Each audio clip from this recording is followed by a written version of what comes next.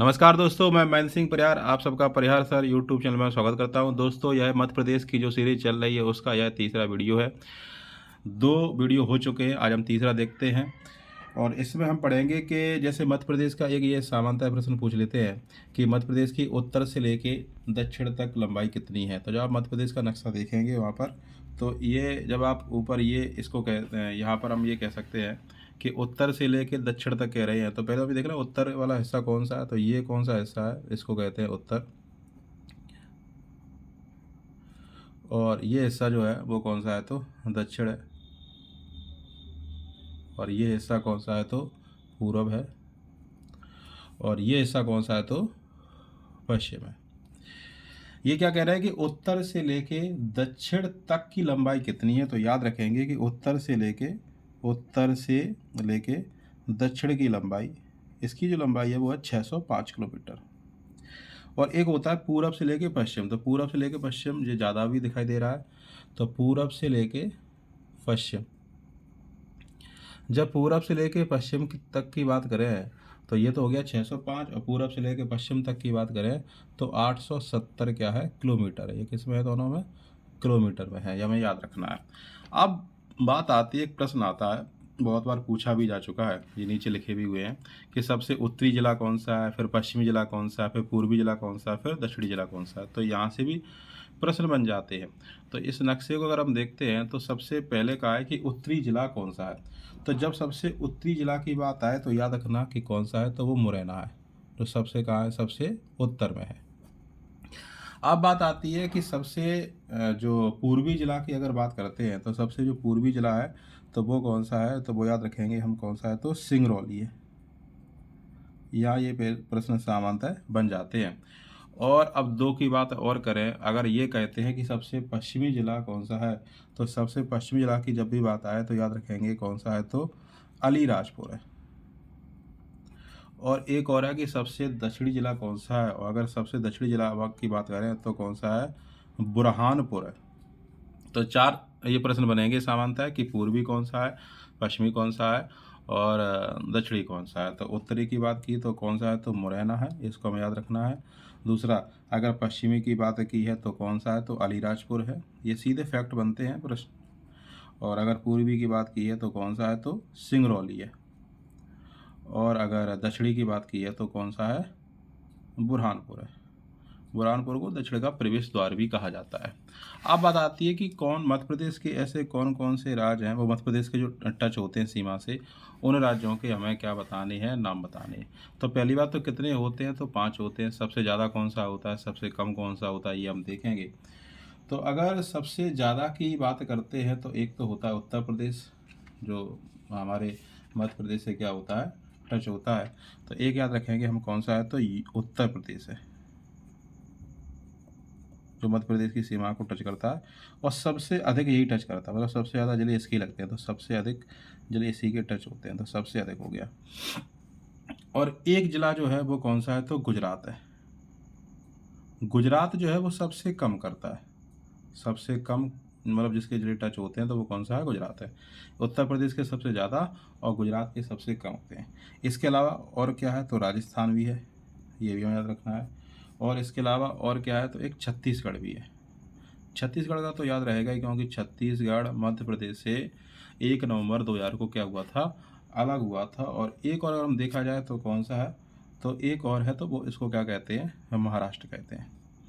तो ये प्रश्न सामान्यतः बन जाता है कि मध्य प्रदेश की सीमा जो है वो कितने राज्यों को टच करती है, तो 5 को करती है। सबसे ज़्यादा किसको करती है, तो उत्तर प्रदेश को करती है। सबसे कम किसको करती है, तो गुजरात को करती है। इसके अलावा 3 और कौन सी है, तो राजस्थान है, छत्तीसगढ़ है, और कौन सा है, महाराष्ट्र है। ऐसे करके यहाँ पर क्या बनते हैं, प्रश्नों की संख्या बन जाती है। अब इसको डिटेल में भी पढ़ना है, मध्य प्रदेश के नक्शे को पूरा। चलिए आगे प्रश्न देखा जाए, आगे प्रश्न देखते हैं कि जलवायु की अगर बात करें कि मध्य प्रदेश की जो जलवायु है वो कैसी है। ये भी प्रश्न बनता है कि मध्य प्रदेश की जलवायु कैसी है। तो जब भी प्रश्न आए कि मध्य प्रदेश की जो जलवायु है वो कैसी है, तो याद रखेंगे कि मध्य प्रदेश की जब भी जलवायु की बात आएगी तो हमें एक ही बात याद रखना है कि मध्य प्रदेश में जो जलवायु उष्णकटिबंधीय मानसूनी जलवायु है। ये फैक्ट है। कौन सी है, तो उष्णकटिबंधीय मानसूनी जलवायु।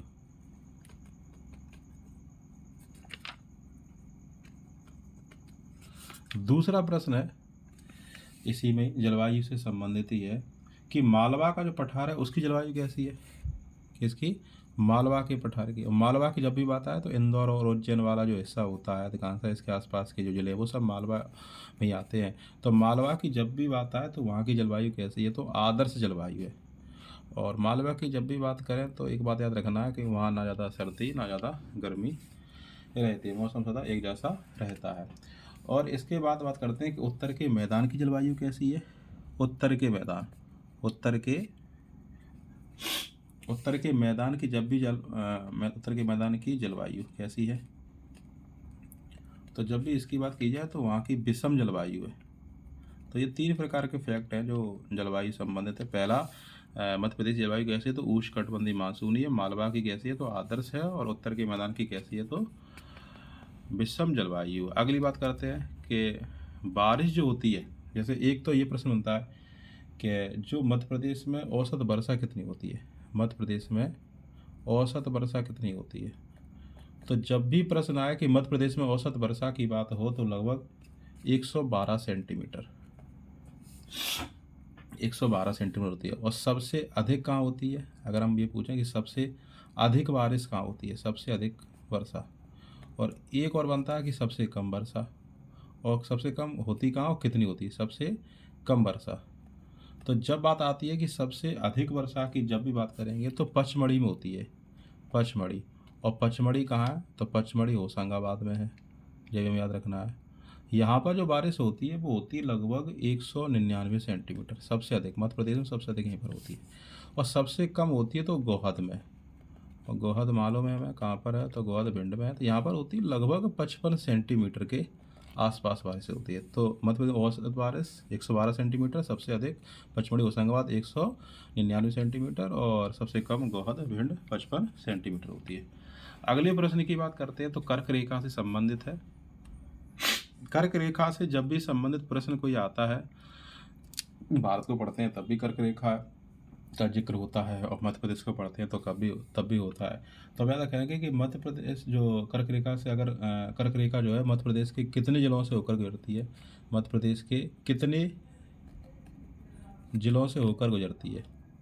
तो जब भी बात आए तो ये आपको आंसर लगाना है कि 14 जिलों से होकर गुजरती है। अगर एक एक करके अगर हम इनके ज़िले का जब भी जिक्र करें कि कौन कौन से ज़िले आते हैं, तो अगर इधर की साइड जब आप नक्शे से जब आप इसको आप नक्शे से आप पढ़ेंगे तो फिर आपको बातें कुछ क्लियर होंगी। इसको अगर हम नक्शे से देखेंगे तो कुछ बातें क्लियर होंगी। पहले हम आपको ज़िले बता देते हैं कि कौन कौन से इसमें ज़िले आते हैं। जो 14 ज़िले हैं वो कौन कौन से हैं, जिसमें एक है ये पूरा बता रहे हैं, मतलब पश्चिम से लेकर पूरब की साइड से है। पहला ज़िला जो है वो कौन सा है, तो रतलाम है। दूसरा ज़िले की बात करें तो कौन सा है, तो उज्जैन है। और तीसरे ज़िले की बात करते हैं तो जब भी आए तीसरा ज़िला कौन सा है, तो आगर है, ये नया ज़िला बन गया आगर। और चौथे ज़िले की बात करें तो राजगढ़ है। ये सब इधर से चल रहा है, इधर की साइड और पश्चिम से पूरब की साइड में। और अगर पाँचवें ज़िले की बात होती है तो सीहोर है। और छठवें ज़िले की बात होती है तो भोपाल है। और अगर सातवें ज़िले की बात होती है तो विदिशा है, भोपाल विदिशा ये सब पास में ही है। और आठवें ज़िले की बात होती है तो रायसेन है। मैप को अभी एक बार पढ़ेंगे तब मैप से और देखेंगे कि कहाँ कौन सा पाया जाता है। और अगर 9वें ज़िले की बात होती है तो सागर है। और अगर 10वें ज़िले की बात होती है तो दमोह है। फिर 11वें ज़िले की बात होती है तो जबलपुर है। और अगर 12वें ज़िले की बात होती है तो कौन सा है, तो कटनी है। और 13वें ज़िले की बात होती है तो कौन सा है, तो उमरिया है। और 14वें ज़िले की बात होती है तो कौन सा है, तो शहडोल है। ये मध्य प्रदेश जो कर्क रेखा है वो 14 जिलों से होकर क्या है, गुजरती है। एक प्रश्न और बनता है यहाँ पर कि एक प्रश्न ये है कि माही नदी, तो माही नदी ये कर्क रेखा को कितनी बार काटती है। माही नदी कर्क रेखा को कितनी बार काटती है, तो यह 2 बार काटती है।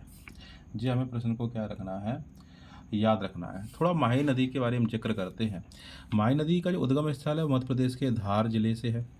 इसके अलावा ये धार के आसपास झाबुआ, रतलाम यहाँ पे भी मिलती है, और खंबात की खाड़ी द्वारा जो अरब सागर में क्या हो जाती है, गिर जाती है। तो ये तो उद्गम स्थल याद रखेंगे मध्य प्रदेश के धार जिले से, और खंबात की खाड़ी अरब सागर में क्या होती है, गिरती है।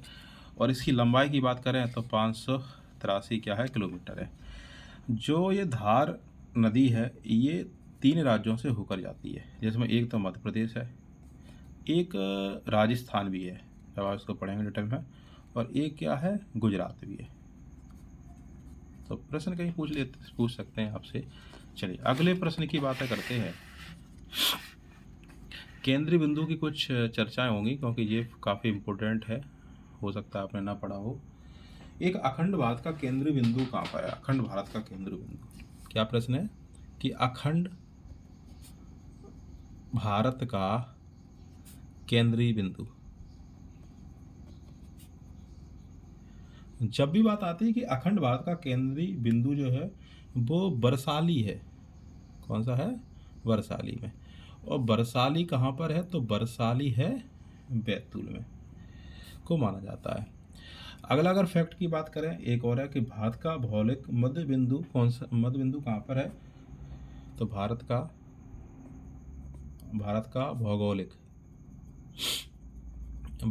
भौगोलिक मध्य बिंदु मनोहर ग्राम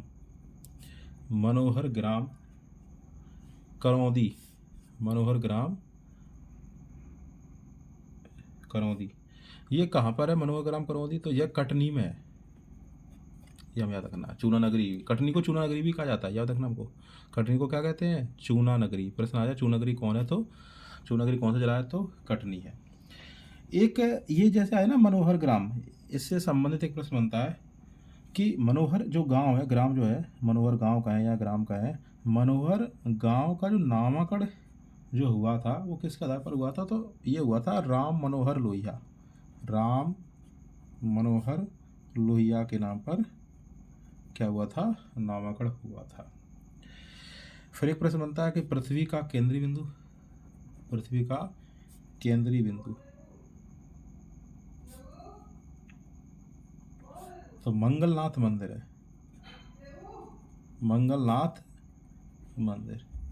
और ये कहाँ पर है? तो याद रखेंगे जी उज्जैन में काफ़ी प्रसिद्ध चीज़ है। चलिए अगली बात करते हैं प्रशासनिक स्थिति के बारे में। ये सामान्य प्रश्न है, याद होने भी चाहिए। कई बार कोई प्रश्न कहीं से भी पूछ सकते हैं, पुलिस में ज़्यादातर पूछ लेते हैं, कांस्टेबल की जो परीक्षा होती है। संभाग कितने हैं? जब भी प्रश्न आए कि संभाग की संख्या कितनी है, तो 10 लगाना है। विकास खंड कितने हैं? तो विकास खंड जो है वो 313 लगाने हैं। विकास खंड जो तहसीलों का समूह होता है। और ज़िले कितने हैं आज की डेट में? तो आज की डेट में 55 ज़िले हैं। और तहसील कितनी है? जब भी बात आती तहसील तो ये 436 हैं। ग्राम पंचायत कितनी है? तो 23,922 हैं। इसके अलावा नगर निगम कितने हैं? नगर निगम की बात करें तो 17 हैं। और नगर पालिका कितनी है? तो 99 हैं। और गांव कितने हैं? तो 54,903 है। जो हमें याद रखना है कुछ बातें, ये फैक्ट है, पुलिस में पूछ सकते हैं आपसे। चलिए अगली बातें करते हैं कुछ और। न्यायिक स्थिति की बात करते हैं। न्यायिक स्थिति से प्रश्न बनता ही बनता है, ये तो एसआई में भी बन सकता है। मध्य प्रदेश हाईकोर्ट की स्थापना कहाँ पर हुई थी? मध्य प्रदेश हाईकोर्ट की स्थापना, जब भी प्रश्न आया कि मध्य प्रदेश हाईकोर्ट की जो स्थापना हुई थी वो 1 नवंबर 1956 को हुई थी। कब हुई थी? 1 नवंबर 1956 को हुई थी। और 1 नवंबर 1956 को ही मध्य प्रदेश का गठन भी हुआ था, और यह जबलपुर में हुई थी। तो जब याद रखना है, दोनों प्रश्न बन सकते हैं। मध्य प्रदेश हाईकोर्ट के वास्तुकार कौन थे? तो वास्तुकार का नाम जब भी आ जाए तो आता है हेनरी इरविन। ये सब इंस्पेक्टर में पूछ सकते हैं, हेनरी इरविन। पीएससी प्री में भी पूछ सकते हैं। और एक प्रश्न आता है कि मध्य प्रदेश हाईकोर्ट की जो खंडपीठ हैं वो कहाँ कहाँ पर हैं? तो एक तो है इंदौर, एक कहाँ पर है? तो इंदौर। और एक कहाँ पर है? तो ग्वालियर। ये 2 जगह पर मध्य प्रदेश की क्या है? खंडपीठ है। और इनकी अगर स्थापना की दोनों की बात करें तो दोनों 1968 में इसकी क्या हुई थी? स्थापना हुई थी। अब बात आती है तीसरी खंडपीठ और प्रस्तावित है। क्या कह रहे हैं शब्द? प्रस्तावित, मतलब अभी है नहीं है लेकिन बनने के चांस हैं। प्रस्तावित की अगर जब भी बातें करें तो तीसरी खंडपीठ जो है वो मध्य प्रदेश की राजधानी कहाँ पर है? भोपाल में प्रस्तावित है। एक प्रश्न आता है कि जबलपुर जो हाईकोर्ट, ये कौन सा? जबलपुर हाईकोर्ट। जबलपुर हाईकोर्ट का जो नामकरण किया था भवन का, या कह सकते हो कि जबलपुर हाईकोर्ट भवन का निर्माण किसने किया था या किसके सहयोग से हुआ था?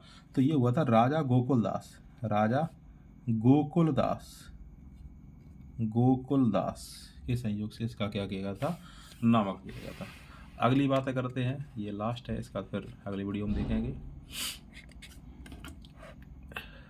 हाँ, चुनाव की स्थिति में ये यहाँ से प्रश्न बहुत बार पूछ लेते हैं कि बताइए मध्य प्रदेश विधानसभा में कितनी सीटें हैं। तो जब भी बात आए मध्य प्रदेश विधानसभा की कितनी सीटें होती हैं तो 230 होती हैं। और लोकसभा की कितनी सीटें होती हैं तो लोकसभा के रखेंगे 29 सीटें होती हैं। और राज्यसभा की कितनी सीट होती हैं तो 11 सीटें होती हैं। ये तो एक सामान्य प्रश्न होगा। एक बात और सुन लीजिए, ये मध्य प्रदेश की स्थिति के बारे में। लेकिन जब मध्य प्रदेश और छत्तीसगढ़ जब एक साथ में था, ये कह सकते हैं अविभाजित मध्य प्रदेश में कितनी थी? तो थी कितनी? 320। ये क्या कह सकते हैं? अविभाजित मध्य प्रदेश। अविभाजित मध्य प्रदेश, या जो कह सकते हो कि जब दोनों एक साथ में थे 320 थी। और लोकसभा की कितनी थी? तो लोकसभा की मतलब इनको मिला के पहले 29, अब तो 29 हैं, तो यहाँ पर कितनी थी? तो 40 थी। और ये कितनी थी? तो 16 थी।